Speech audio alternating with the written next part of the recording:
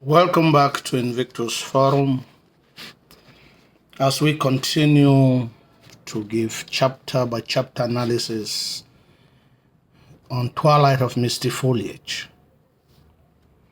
And we are now going to chapter 4. There is great mobilization to receive Cardinal Pochueng, and the grandstand is chosen instead of the church premises because of the large amount of dignitaries that are expected and the crowd that has decided to give a befitting welcome for the homecoming of the first indigenous cardinal, who happens to be the son of the soil. Many groups and choirs are dressed and present in fabrics with the cardinal's picture on it.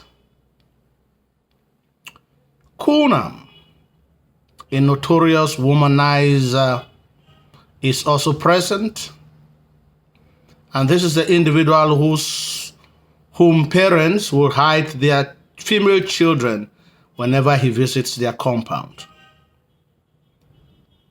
For this reason, most of his movements have been limited to become nocturnal, as he has many mistresses all around the village, causing conflict between him and his wife.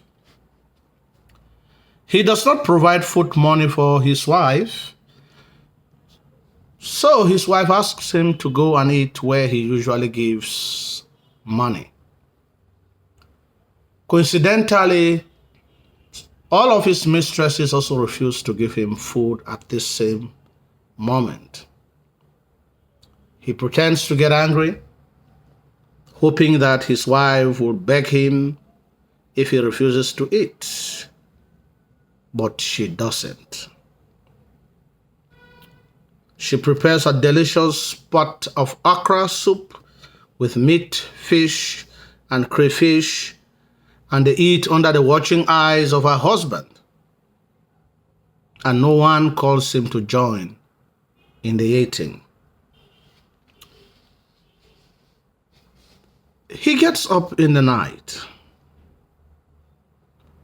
and he's so hungry that he decides to steal food from his wife's pot in the kitchen.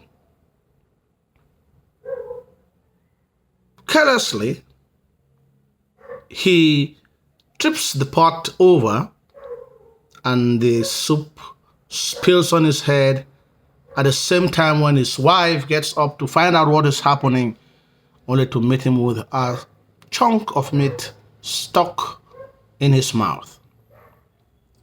Many other neighbors come to see the humorous scene, and he prays in his mind that the information should not be leaked to the public. But before the cock crows, the message, the story of what had happened had spread all over the village, and he is giving the name aka Professor Okra.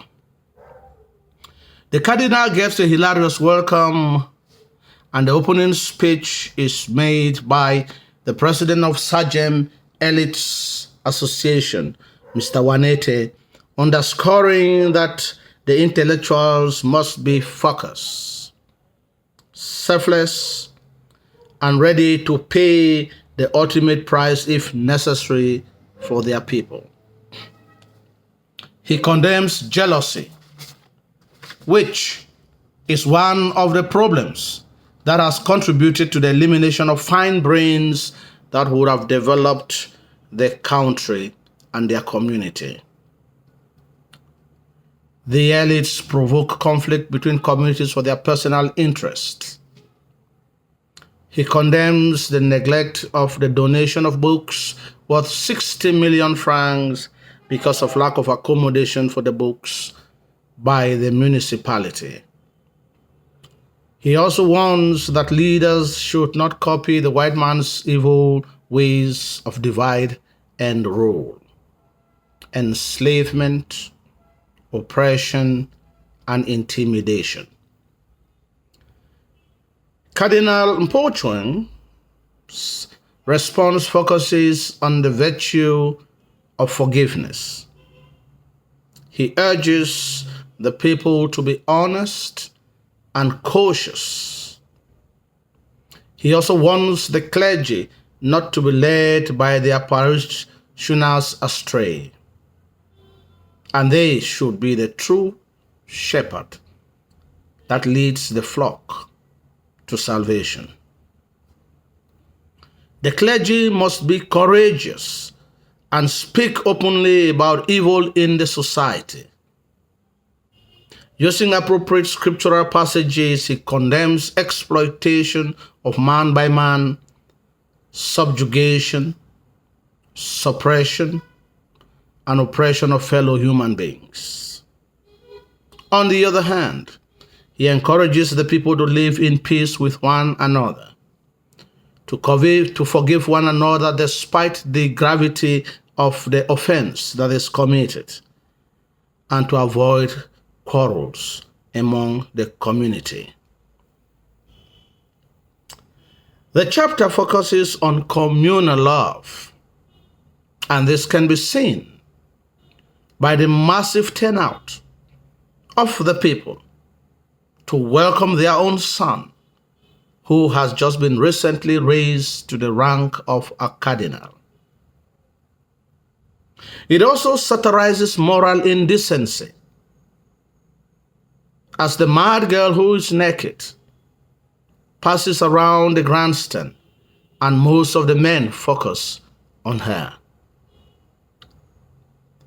It also touches on infidelity and moral indecency that has polluted the community, as Kunam has a lot of girlfriends in the village. It also satirizes fraud, as Veka extorts money from people, mainly tourists. He has also been a notorious thief in his youth. Politicians use demagogy to provoke conflict between individuals and communities for their personal use. He also condemns jealousy, which is identified as one of the setbacks to the development of the society. Many fine brains that would have helped in the contribution or to contribute to the development of their various countries, especially in Africa, have been eliminated because of this cankerworm. Many people will not want people who have certain abilities above them, and they will not appreciate them. It should be noted that Reverend Rodberger harbors some strong jealousy against Cardinal Mpochweng, who is far younger than him in age and in the priesthood, but has been raised to the post of a cardinal, becoming his boss. It should be also noted that the chapter also satirizes irresponsible parenthood. Kunam does not give food money to his wife, yet he comes back home and eats every day. And the woman thinks that she had had enough, and she decides to starve her husband, asking him to go and eat where he usually gives money. The unfortunate incident that takes place is that he has to go and steal his wife's food, disgracing him in the process. This incident is humorous because he believes that it's going to be kept a secret, but before he knows it, the story is known all over the village, and he gets the name Professor Okra. It should be noted also that the president focuses on the good qualities of a leader. He blames many people, especially the elite, who rule the people by divide and rule, and warns them not to copy the white man's way of life. Thank you for watching this chapter. Stay tuned for chapter 5.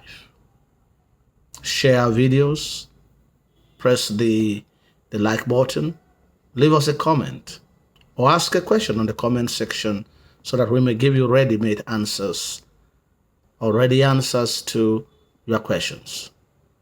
Thank you very much.